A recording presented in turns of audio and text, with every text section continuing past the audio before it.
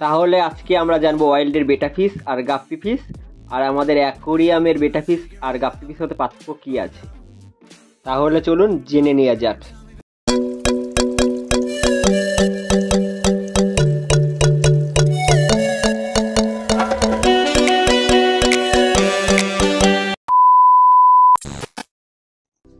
তো hi friend, চলে এসেছি আবার নতুন একটি ভিডিও নিয়ে। তো থাম্বনেল দেখে বুঝতেই পারছো আজকে কি নিয়ে কথা বলতে চলেছি। আজকে আমরা আলোচনা করব ওয়াইল্ডের বেটা ফিশ আর গাপ্পি ফিশ আর আমাদের অ্যাকোরিয়াম বেটা ফিশ গাপ্পির মধ্যে পার্থক্য কি আছে। তো সেটাই জানবো আজকে এই ভিডিওর মাধ্যমে। তো ভিডিওটা ভালো লাগলে চ্যানেলটা সাবস্ক্রাইব করে লাইক করতে ভুলবেন না। তো ফ্রেন্ড, এই ধরনের ভিডিও আমি কখনো বানাই না, কিন্তু আজকে বানানোর কারণ হচ্ছে একটাই। ইউটিউবে এখন একটা নতুন ট্রেন্ডিং এসছে, অ্যাকোরিয়ামে ঘরে মাছ পোষা যাবে না, বা অ্যাকোরিয়ামটা নেচারের মধ্যে পড়ে না, অ্যাকোরিয়ামে দুটো গাছ লাগিয়ে মাছ রাখলে ভাবছে আপনি সমুদ্র দিয়ে দিচ্ছেন। এই ধরনের একটা ভিডিও আসছে, খুব দেখছি ইউটিউব, টিকটক, ফেসবুকে সব জায়গায় এই ভিডিওটা চলছে এখন। তো এটা যে ভুল এটা প্রমাণ করার জন্য ভিডিও করছি। তো বেটা ফিশ যেটা দেখছি আমরা আমাদের অ্যাকোরিয়ামে পুষে থাকি, সেটা হচ্ছে আমাদের নেচারের মাছ না।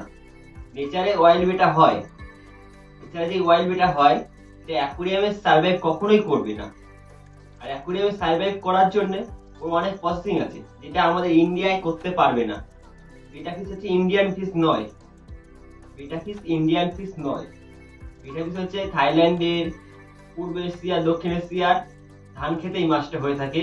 তো এই মাছটা হচ্ছে আমাদের ইন্ডিয়ায় সার্ভাইভ করবে না। ওয়াইল্ডের যেটা বেটা ফিশ আছে এটাকে ওইখানকার লোকেরা প্রসেসিং করে রিকভার করে আমাদের অ্যাকোরিয়ামের জন্য যোগ্য করে ব্রিডিং করিয়ে নতুন নতুন ইউনিক মাছ বের করে আমাদের ইন্ডিয়ায় পৌঁছাচ্ছে।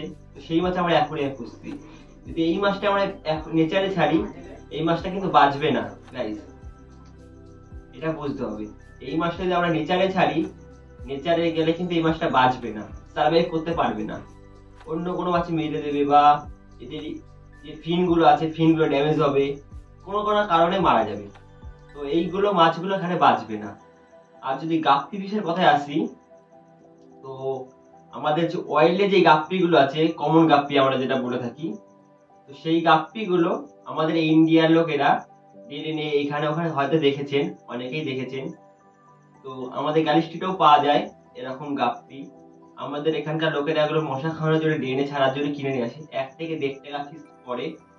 তো এই গাপ্পির মধ্যে আর আমাদের অ্যাকোরিয়ামের গাপ্পির মধ্যে কিছু ডিফারেন্স আছে, ডিফারেন্সগুলো বুঝতে হবে। তো আমাদের অ্যাকোরিয়ামে যে ফ্যান্সি গাপ্পি আমরা বলে থাকি, যেমন এলিফ্যান্ট ডাম্বুয়ার হলো, ব্ল্যাক মস্কো হলো, বিভিন্ন রকম মাছ আছে। তো এই গাপ্পিগুলো যদি আমরা নেচারে ছাড়ি, সার্ভাইভ করতে পারবে না, একদিনও সার্ভাইভ করতে পারবে না। তো এইসব মাছ যখন নেচারে যাবে, কোনো না কোনো মাছে বা কিছুতে এদের অ্যাটাক করতে পারে, বা এরা জ্বরের জন্য জ্বর শুট করবে না, মাছ মারা যাবে। তো এই মাছগুলো অনেকে অনেক কিছু বলবে ভিডিওর মাধ্যমে, এখানে অ্যাকোরিয়ামে মাছ রাখবেন না, অ্যাকোরিয়ামে মাছ রাখলে মাছ সার্ভাইভ করবে না, এসব কথা শুনবেন না। কারণ এই মাছগুলো অ্যাকোরিয়ামের জন্যই তৈরি। এদের যদি অ্যাকোরিয়াম থেকে বাইরে ছাড়া হয়, এরা সার্ভাইভ করতে পারবে না। আর নেচারে কোনো জায়গায় গোল্ডফিশ বলে কোনো মাছই নেই, এটা চাইনার লোকেরা প্রসেসিং করেছে আজ থেকে অনেক বছর আগে। তো সেই নিয়ে একটা ভিডিও বানিয়েছে, আপনারা দেখে নিতে পারেন, আমার চ্যানেলে দেওয়া আছে। তো ভিডিওটা দেখবেন, তাহলে বুঝতে পারবেন নেচারে কোনো গোল্ডফিশ বলে কোনো মাছই নেই। সেই মাছটা যদি আমি নেচারে ছাড়ি, সার্ভাইভ হয়তো করতে পারবে না। ওই একটা মাছ কালার উইডো, এটা কোনো নেচারের মাছ না, বুঝতে হবে গাইস। তারপর এরকম বিভিন্ন রকম মাছ আছে যেগুলো আমাদের নেচারে নেই। যদি মনস্টার ফিশের কথা আসি, আপনারা যদি বলেন মনস্টার ফিশের কথা, কিছু কিছু মনস্টার ফিশ আছে আমাদের ইন্ডিয়ায় সার্ভাইভ করে যাবে। কিন্তু এরা যদি সার্ভাইভ করে যায়, তাহলে আমাদের নেচারের যে মাছগুলো আছে তাদের প্রতি ক্ষতি হতে পারে, সেগুলো বুঝতে হবে। তো অনেকেই বলবে এইগুলো নেচারে ছেড়ে দাও, এখানে ছেড়ে দাও, খালে ছেড়ে দাও, বিলে ছেড়ে দাও। যদি আমাদের একটা এলিগেটর গার্ড বা একটা আরোয়ানা এক চোরা ছেড়ে দিয়ে হয় আমাদের এই নেচারে, তারা এখানে প্রসেসিং করে ব্রিডিং করে এদিক ওদিক করে নতুন নতুন বাচ্চা তৈরি হবে, সেই মাছগুলো বড় হবে। তো আমাদের নেচারে যে এখন যে চারা পোনা পুঁটি এইসব মাছ আছে, এইসব মাছ কিন্তু বিলুপ্ত হয়ে যাবে, এইসব মাছ একদম বিলুপ্ত হয়ে যাবে। কারণ এরা যখন বড়, এরা মনস্টার ফিশ, এরা মাছ ছাড়া কিন্তু অন্য কোনো মাছ খায় না, এরা মাছ ছাড়া অন্য কোনো মাছ খায় না। তো যদি এরা নেচারে যদি থাকে, এরা এই মাছ ওই মাছ এই ওই করে, বুঝতেই পারছেন আমি কি বলতে যাচ্ছি। তো এইসব মাছ নেচারের মাছ। তো ফ্রেন্ড, এবার আপনাদের কিছু ফটো দেখাচ্ছি, ফটোগুলোকে ভালো করে দেখুন। তো স্ক্রিনে যে ফটোগুলো দেখতে পাচ্ছেন, এটা হচ্ছে ওয়াইল্ডের বেটা, এটা হচ্ছে ওয়াইল্ডের বেটা।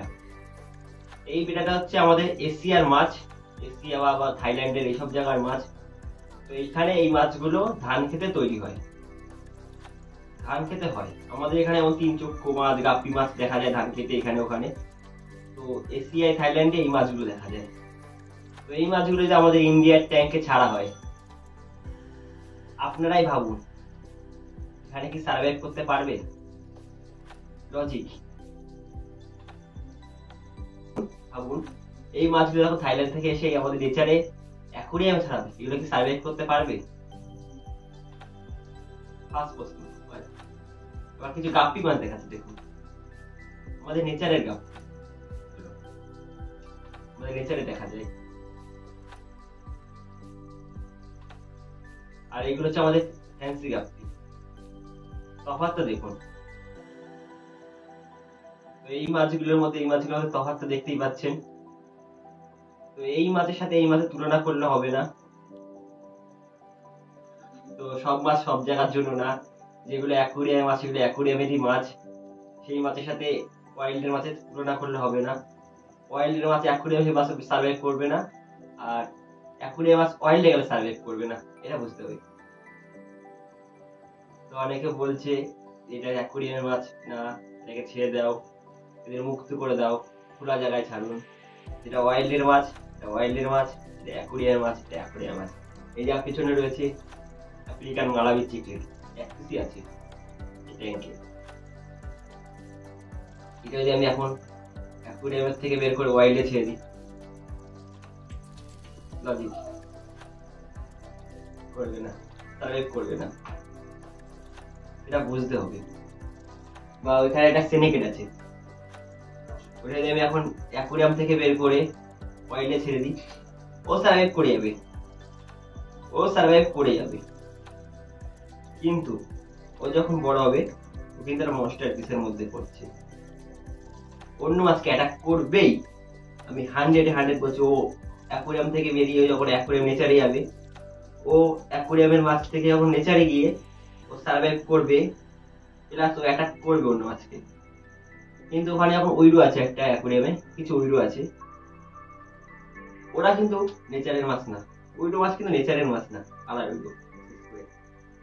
ওরা যখন নেচারে যাবে সার্ভাইভ করবে না, আর সার্ভাইভ করলেও ওদের যে এখন যে অবস্থা দেখছেন, একটা মাস পরে সেই অবস্থা দেখবেন না, নয় ভালো দেখবেন নয় খারাপ দেখবেন। এর থেকে খারাপ হতে পারে, আবার এর থেকে ভালো হতে পারে, কোনো গ্যারান্টি নেই। হ্যাঁ, ওয়াইল্ডের মাছের সাথে আমরা যদি নেচার কিভাবে বানাতে পারি, আমরা নেচার কিভাবে বানাতে পারি, এই যে আফ্রিকার মালাব চিকলেট, এরা খুব লুকাতে পছন্দ করে। এদের জন্য একটা হাইডিং প্লেস দিয়ে, বিশেষ করে হাইডিং প্লেস দিয়ে বিভিন্ন রকম ভাবে আর্টিফিশিয়াল আছে, ইউটিউবে দেখতে পারবেন। ওইভাবে chiclet, how to chiclet fish tank বলে সার্চ করলে পেয়ে যাবেন। How to chiclet fish tank বলে সার্চ করে দেখে ভিডিও বানাতে পারেন এরকম অ্যাকোরিয়াম। বা আমার চ্যানেলে দেওয়া আছে চিকলেট ফিশ ট্যাঙ্কের উপর ভিডিও, দেখতে পারেন। অথবা যদি প্ল্যান্টেড অ্যাকোরিয়াম করেন, প্ল্যান্টেড অ্যাকোরিয়ামের জন্য আমার চ্যানেলে ওইটাও ভিডিও দিয়ে আছে, প্ল্যান্টেড অ্যাকোরিয়ামের, দেখে আসতে পারেন। তো আমার চ্যানেলে দেখতে হবে কোনো কথা নেই, আমার চেয়েও বড় বড় ইউটিউবার আছে, আমার চেয়ে বড় বড় অ্যাকোরিয়ামের লোকেরা আছে, তাদের ভিডিও দেখতে পারেন, ইউটিউব দিয়ে দেখতে পারেন, সিউটি ছাড়া দেখতে পারেন। যাদের বাজেট কম তারা সিউটি ছাড়া দেখুন। তো এইভাবে একটা বানাতে পারেন আপনার অ্যাকোরিয়াম। আমার চ্যানেলে একদম নেচারে সিউটি ছাড়া একদম কম খরচায় যে অ্যাকোরিয়াম সেটা বানাবেন সেই নিয়েও ভিডিও বানানো আছে, আপনারা গিয়ে দেখে আসুন। ভালো লাগলে ওটা বানাতে পারেন, একদম কম খরচায় নেচারের পুরো সিস্টেম।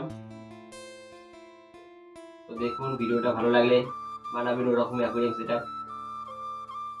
তো সবশেষে একটা কথাই বলবো, এর কথা ওর কথা শুনে ভিডিও দেখে অ্যাকোরিয়াম বাড়িতে রাখা না রাখার সিদ্ধান্ত নেবেন না।